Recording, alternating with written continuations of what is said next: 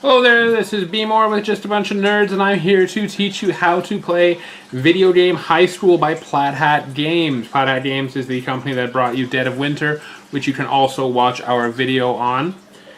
And so right now in front of you I have the components laid out here. I'm just going to go over what comes with the box. The box has got enough dice for 4 players. Each player will take 5 dice. The box also comes with an assortment of standees and character cards. There are 6 characters in the game based off the show.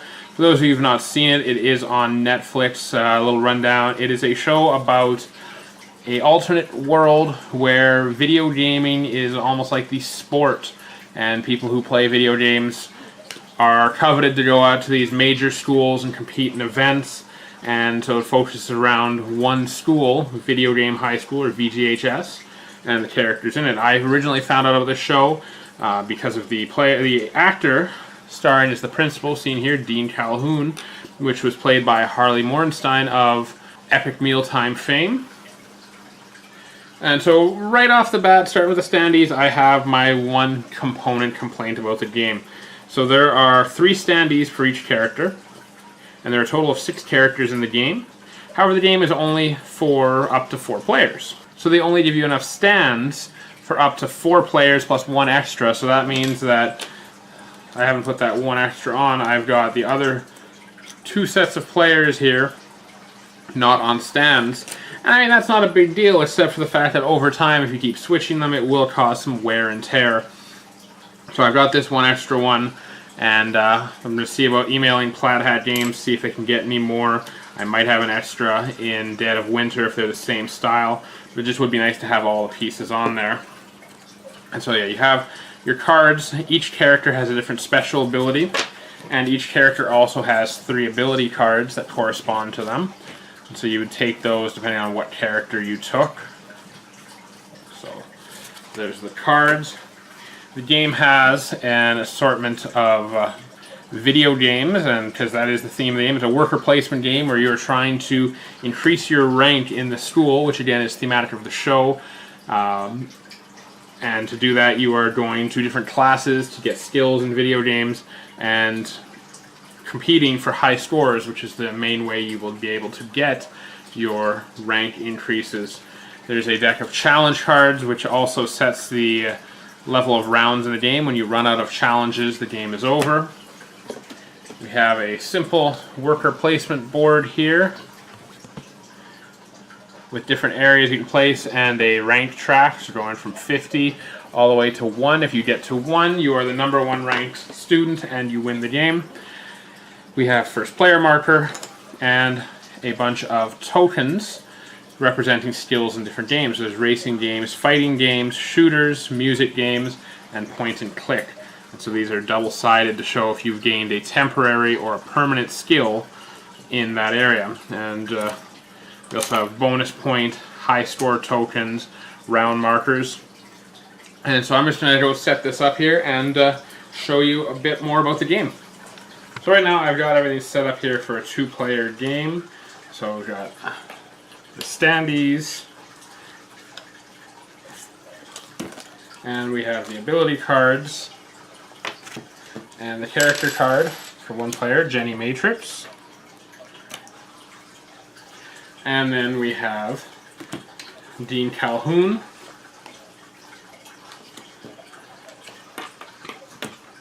his standees, his ability cards.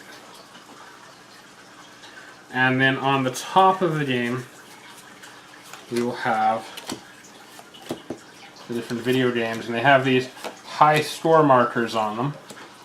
So you can mark down what the high score is and then determine,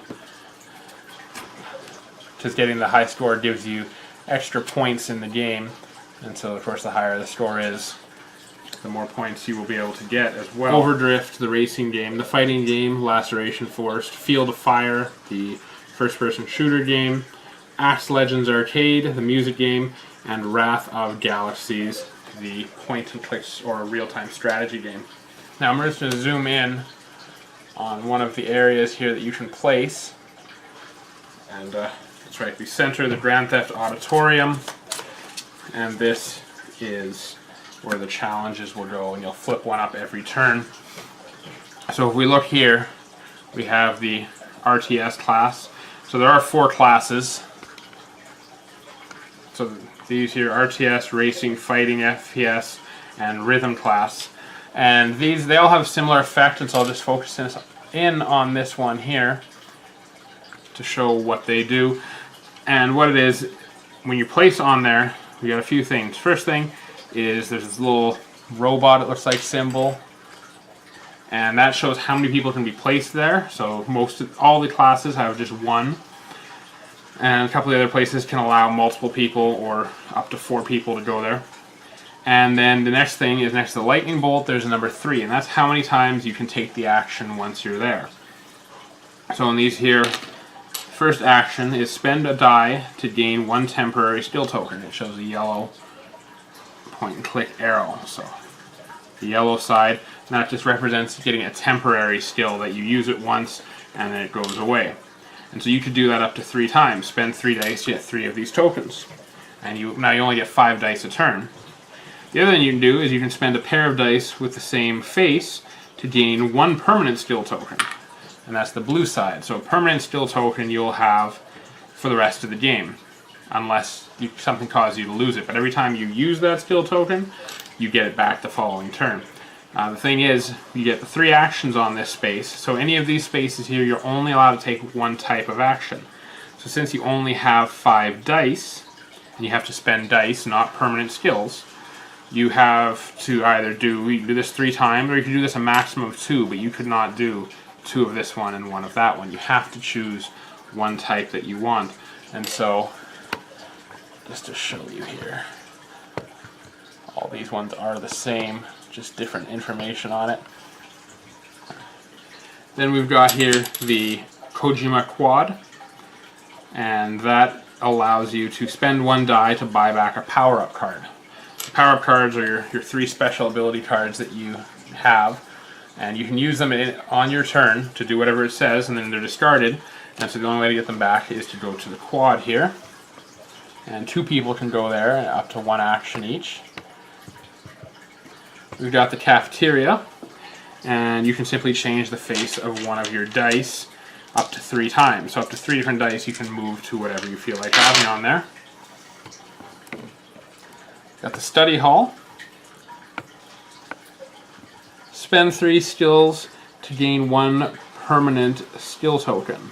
So in this case here, you could then spend both your dice and your skills, both permanent and temporary, and put them on your use pile for that round to gain yourself a permanent skill token. So there are other ways to do it. The rumpus room, up to 4 people can go there and you get 1 action each time. You just gain 1 temporary skill token. The dorms, change the face of 1 die and gain the first player token. And so that just means you get to go first the next turn. And you get to change 1 of your dice. And finally the Daily Dean, which 1 person can do, and you can take 1 permanent or temporary skill from another player. So that just allows you a chance to take someone's skill and add it to your own. So in the course of a game, what will happen is you'll first determine who goes first. And everyone will roll their 5 dice, so that'll be for Jenny. And what you're looking for to get the first player token is the most race cars. So on the die you have the 5 game symbols, plus you have the VGHS logo, or emblem, and that counts as a wild. So she rolled 2, and Dean Calhoun here, he rolled 2 as well. So he'd roll off, but we'll just give it to Dean Calhoun as he'll go first. And so each player will roll their dice, and they can roll up to 3 times, and they can use these dice for whatever skill it shows on there. So they can use them to spend in classes, they can use them to complete challenges. So on this challenge here, you need 3 wilds, and if you complete that, you gain 3 rank, so 3 points.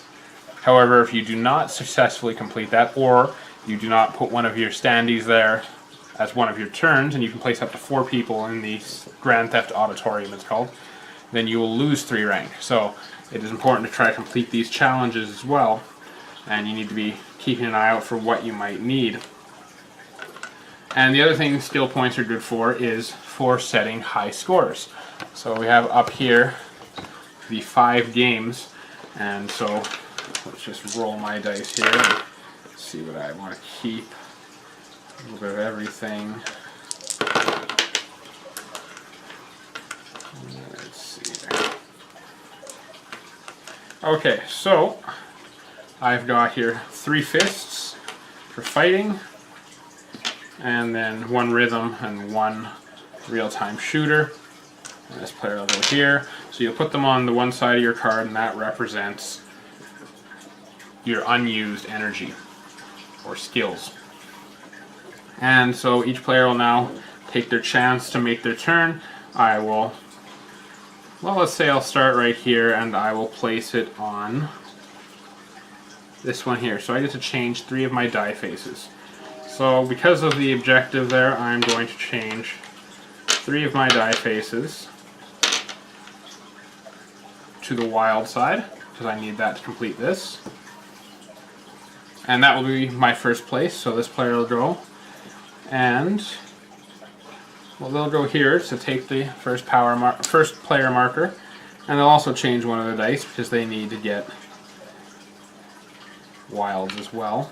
So for my next turn, I'm going to show you how high scoring goes. So I still have these 2 fighting skills here, and so I can go over to the fighting game. And so what you do is when you go there, you're trying to set high scores.